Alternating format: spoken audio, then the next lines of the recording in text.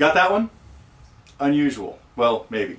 Somebody that came up with great chord progressions, and that's something we're going to head into more next week. But on to this week.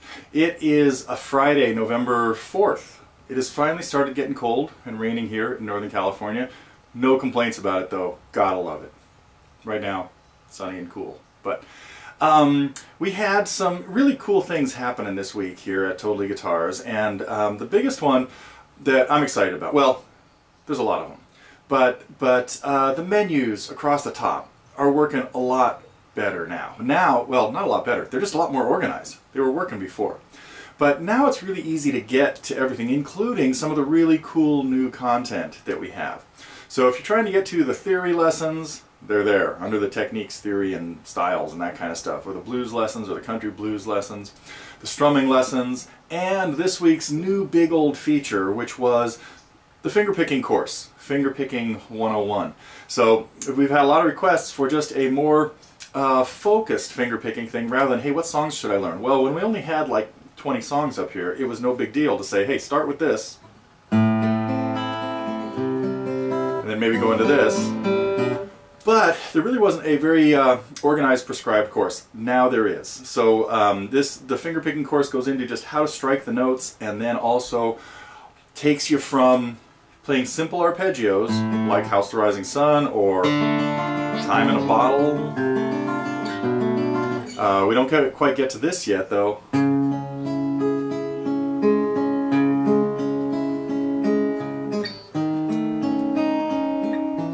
Anyway. But that might be coming up in 102, I'm not sure, or 201, whichever one comes next. So that fingerpicking course, though, gets you to the point where you could now start looking at pretty much all the fingerpicking songs in the program. Dust in the Wind, Brain Damage, Babe, I'm Gonna Leave You, all that kind of stuff. So those of you who've been looking for the fingerpicking course, it's now here and live as part of the Target program at Totally Guitars. Some other really cool content. I gotta thank my private students for really opening the doors to a lot of things that I wouldn't have heard otherwise. So one of my students, Tom, came in a few weeks ago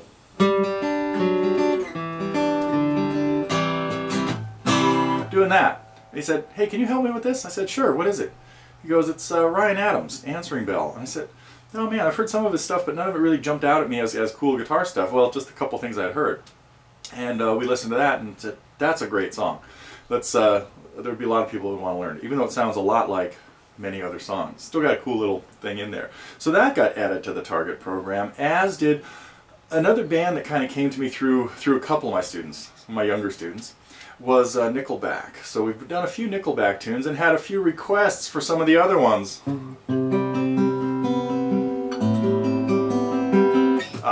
We'll talk about that later, maybe.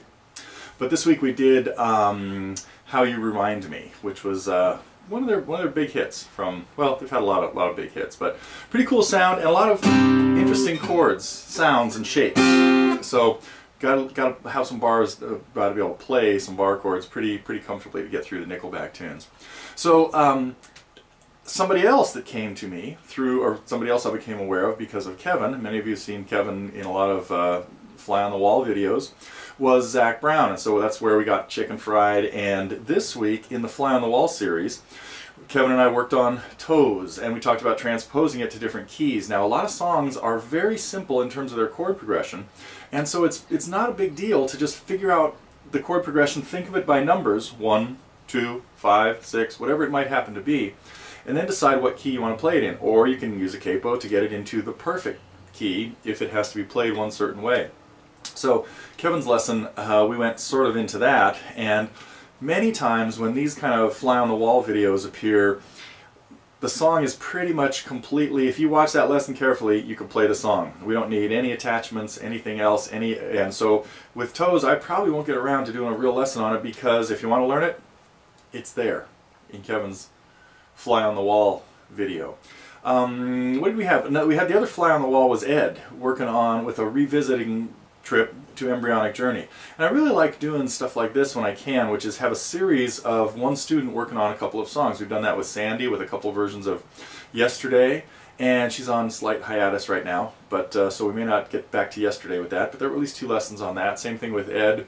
Next week we have a follow-up from Fred with a tune that he and I started working on a couple of weeks ago. You've seen one part of it. We got a revisited one as well coming up. So anyway, it's been really fun to keep those up, and had a couple of student reviews. Uh-oh, I'm not capoed, so I'm not going to be able to do this. Well, yes, I could, but...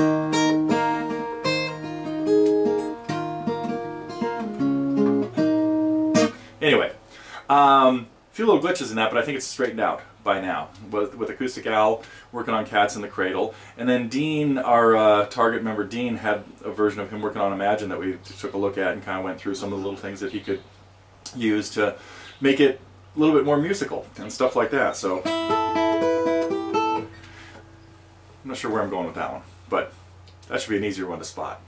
So I think that's it for this week.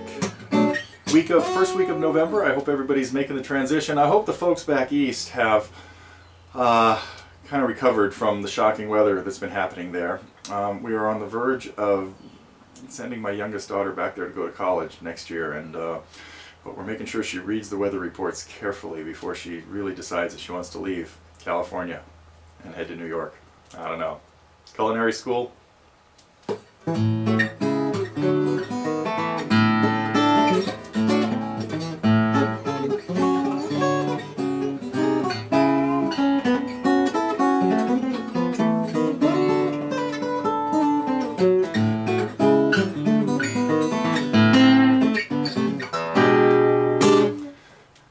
Why that just popped out. All of a sudden my hands had to jump into a Renborn tune. I might have to get to more of his lessons somewhere soon too. So anyway, keep the great... Oh, I do have one more thing that I've been carefully checking the recommend a lesson section for looking for future lessons, and have found some great ideas in there. And some of them are only like 1 or 2 votes. So don't worry if you come up with a thing that's with something that some certain things grab me with. They don't have to get to the top of the list necessarily.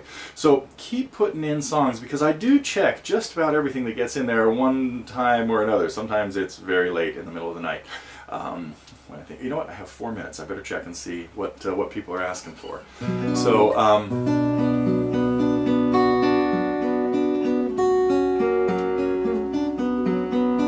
might get into some classical stuff.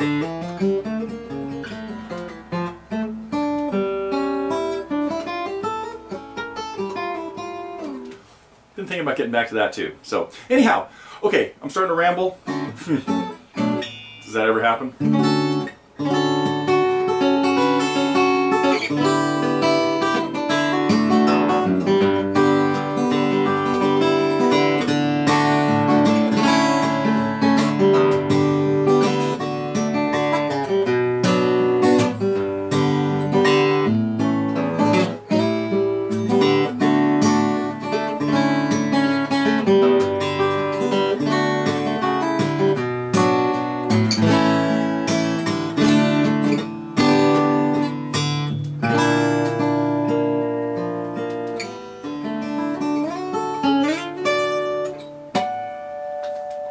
See you next week.